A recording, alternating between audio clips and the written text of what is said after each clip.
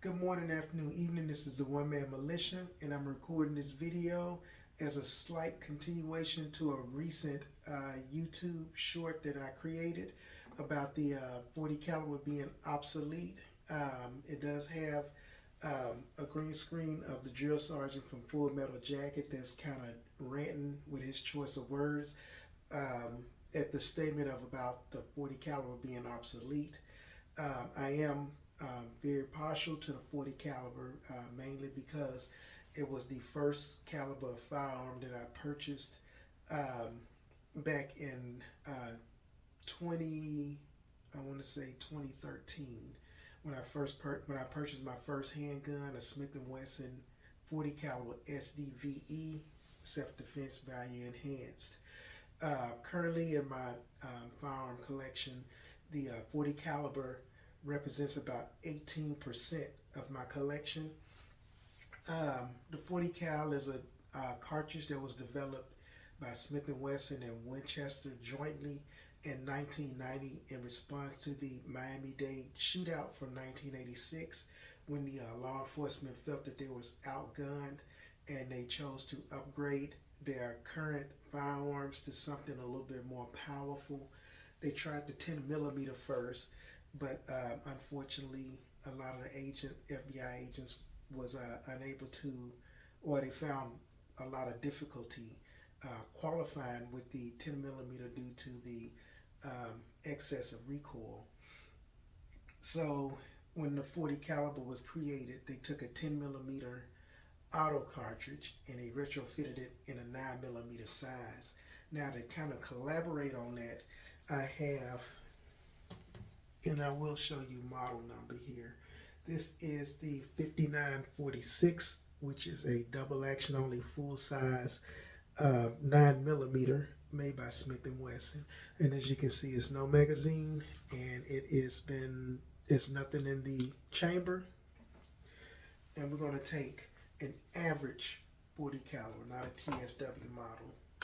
Not that TSW is any bigger or such, but we're going to measure apples with apples. And basically, I'll show you the model number here. This is a 4006 Smith & Wesson, which is a 40 caliber. Magazine is empty. You can see my hand right through it. And then there's nothing in the chamber here.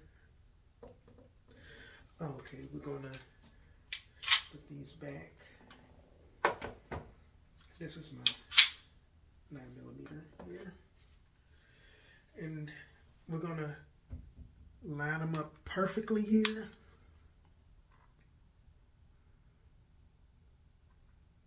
And as you can see, the 9 millimeters in front, the 40 caliber is behind. Kind of resembles a dual prismatic in a sense when it's side by side. But as you can see, the 40 caliber, with the cartridge being in a 9 millimeter size frame or whatever, with it being in a medium frame 9 millimeter cartridge, the 40 caliber can be the exact same size as a 9 millimeter handgun wise. 40 caliber ammunition do range in grain amount from 105 to 200. And basically it was adopted by several law enforcement agencies, like I mentioned earlier, U.S. Special Operations Units, and also by the U.S. Coast Guard. Around 2020, the U.S. Coast Guard and some of the other federal and law enforcement agents went back to the 9 millimeter due to the improvements of ballistics when they did the studies. Roughly nearly 40 years from 1986, the 9 millimeter did improve drastically. So they found a 9 millimeter cartridge more effective, I would say more effective. And then also, 9 millimeter currently is one of the most common cartridges you could find. If there's ever an incident or a situation where the SHTF We all know what that means when it hits the fan and there's a stoppage on the supply chain of ammunition. 9mm would most likely be the um, quickest thing to find and the most common thing to find. 40 caliber, it will be around for a while, but 9mm will be supreme over finding. Um, Also, the velocity of a 40 caliber ranges between 950 feet per second to 1440 feet per second. That's depending on the model of firearm that's used with the 40 caliber, and also the grain amount, whether you're using 105 grain or 200 grain. Some of the synonyms or some of the terms you might hear when someone has a Smith and Wesson or a 40 Smith and Wesson caliber round, you might hear 40 caliber, like I've mentioned countless of times, even in this video. A lot of times I might say, "Oh, my 40 cal," you know, for short. 40 auto is a term you might see. 10 by 22 millimeter is the technical size of it. You might see that as well. And I have seen this term before, 10mm Kurz. Basically, it's based off of the 40 caliber being a shorter version of a 10mm auto, which to me it sounds like it brings me back to the first two synonyms. Oh, the 40 caliber or the 40 cal. When I did choose to get the third generation Smith & Wesson, I had the option to get first generation. I would have mostly got 9mm and 45. Second gen kind of elaborated on the first two, 9mm 45 ACP. When you get the third generation Smith & Wesson, which is what I chose to get, it's kind of like you get the last of the steel frame or aluminum frame handguns. You get all of the variances, such as the decocker on frame version, where the decocker is down here on the frame. You get compact size, and we're going to get our 4046, and this is a 4013 TSW. As you can see, that's empty, nothing in the chamber here. And just like my 4026 here earlier, it was empty as well. That's the frame there, decocker on frame, and it's empty as well. But basically, we're going to put the compact in front of the full size, kind of show you that there is a difference in size, namely around the barrel. It's about a half an inch there, and on the bottom part here, where right here, as you can see, compact, full, it's about an inch or so there. So it gives you a little bit more. Was a little bit less capacity. The compact holds about 9 rounds. The full size holds 11. So it gives you 2 extra rounds in the full size, but it gives you a few inches on each side, an inch and a half and an inch on the other side, on the back side, where it saves you trouble as far as concealed carry.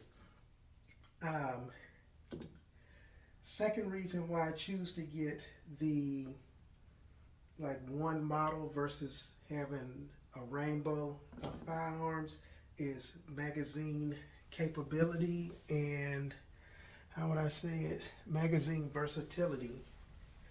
Now, unfortunately, I don't have like 11 or 12 40 caliber snap caps. I only have like 3 or so. So what I'm gonna do is I'm gonna chamber them, and the thing is, you don't have to actually go to the range and shoot a gun to figure out if a magazine will work for it. What you can do is chamber it, eject the bullet out. We're going to use gun safety in the sense of not putting my finger on the trigger and have an accidental discharge. But basically, we're going to take maybe a couple of these firearms, and I'm going to demonstrate how one magazine can fit the majority of it. Well, it can fit all of these firearms, but I will not go through all 14 of them because it's time consuming and this video will be ridiculously long. So we're going to choose long slide here, which is a 40 Smith & Wesson. I mean a 40-06 Smith & Wesson. We are going to choose a double action only. And we're going to choose one of the compacts. And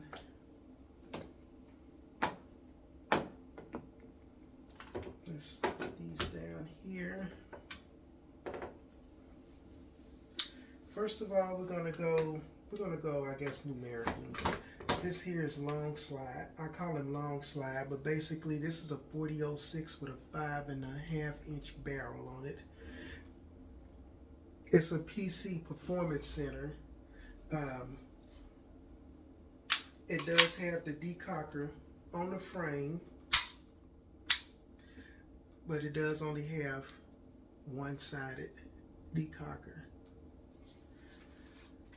Let me open this up here and show you that I had no magazine in it, and there's nothing right there.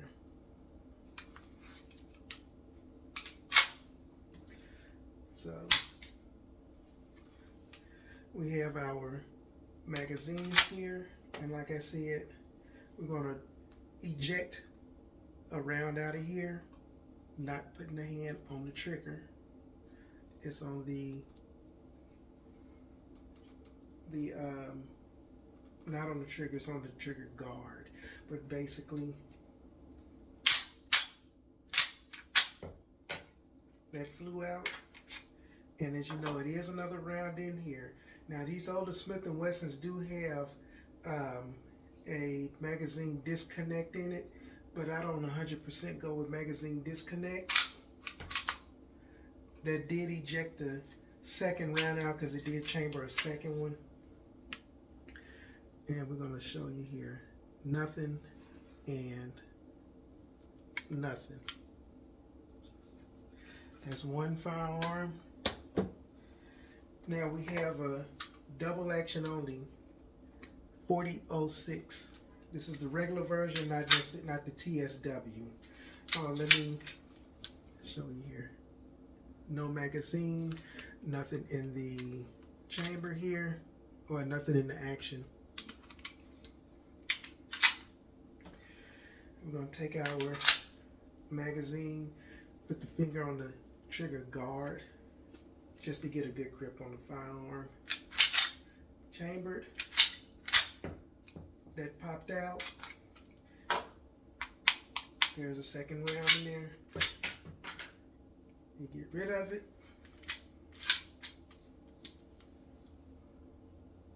Nothing and nothing. And then finally, we have a compact. This particular model is a 4056 TSW. This is a double action only compact. It's steel frame.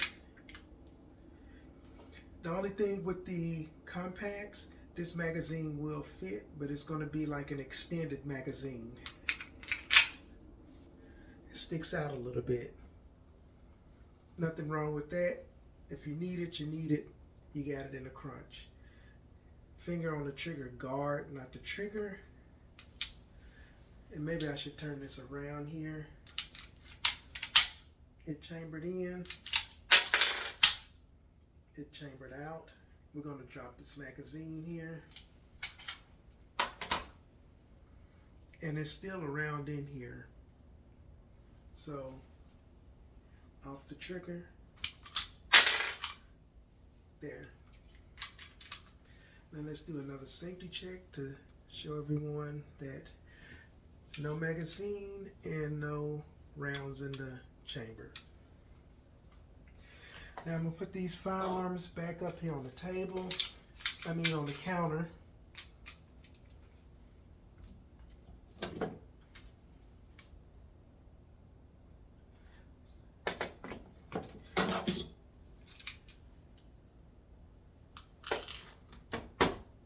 Get rid of this here.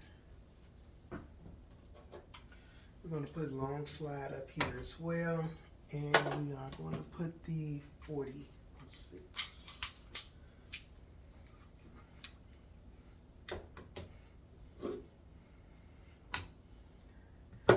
And yeah, I'll show you what what my 40 caliber collection look like here. And this is it here. As you can see, I have a little bit more counter space. I have a few more guns than I have counter space.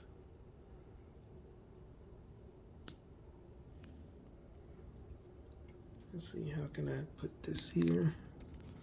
There.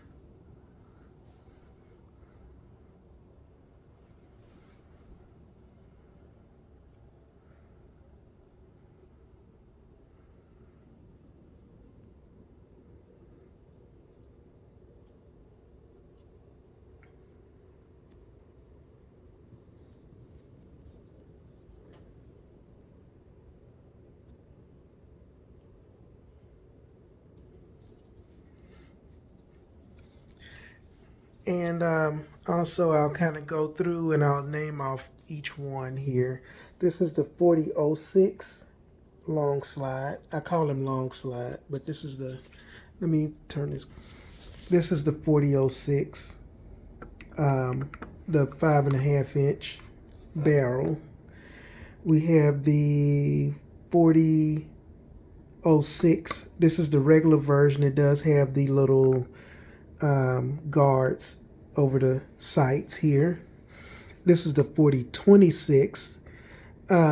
Both of these are single action, double action steel frames. This is a steel frame, double action only. The decocker is on the frame right there. We have a tactical Smith & Wesson Tactical 40. This is a California Highway Patrol version with the Olight as well. It's steel frame. This is a 40 Smith & Wesson TSW, Tactical Smith & Wesson. You can tell because the rail system here, if I can get this right off here, the rail system on the regular TSW model is the black rail system right there versus the CHP having a steel rail system that's kind of engraved or kind of made into the frame there, and this one is just the rail system added on. But it's the Tactical Smith & Wesson. And then I have another CHP model, Tactical 40. I liked it so much I ended up buying two. As far as the compacts, I have the 40-56, which is a steel frame, double action only, no decocker. And I have the 40-13, which is an aluminum frame, single action, double action. And I have another 40-13, but it has the black rail system here. But it's the same 40-13, aluminum frame, single action, double action, the decocker.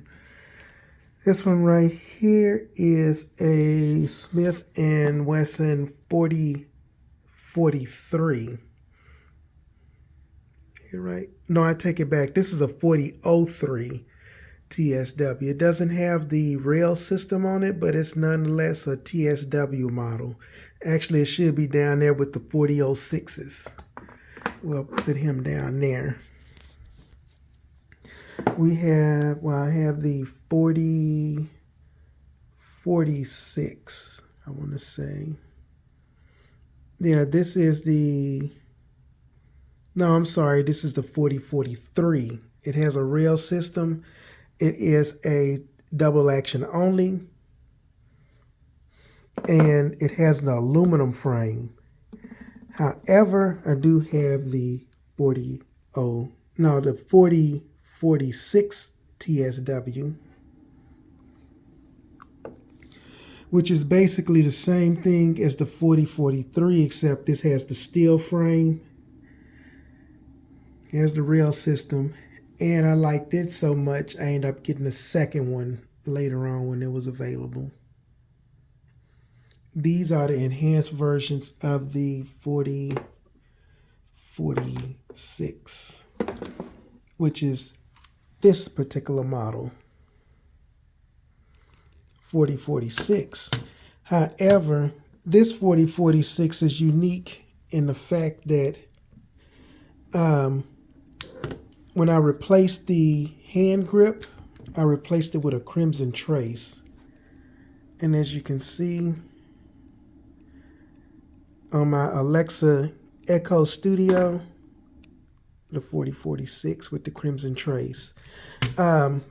At the time, I didn't have all of these TSW models, and the 4046 kind of was like my, I guess most common type gun, so to kind of make it a little more exciting, I did find the Crimson Trace hand grip, and I chose to put it on that one to kind of spice it up a little bit.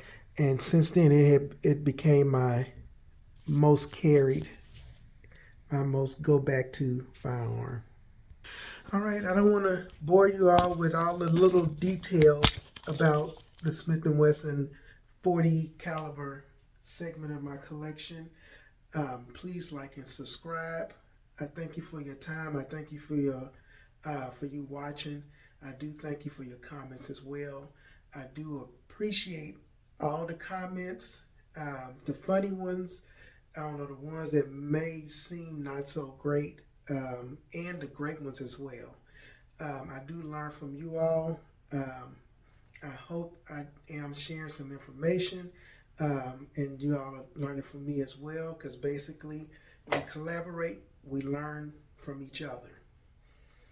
But thank you for your time. Please like and subscribe. Please continue to make comments. This is the One Man Militia. You all have a very blessed day, evening, or night.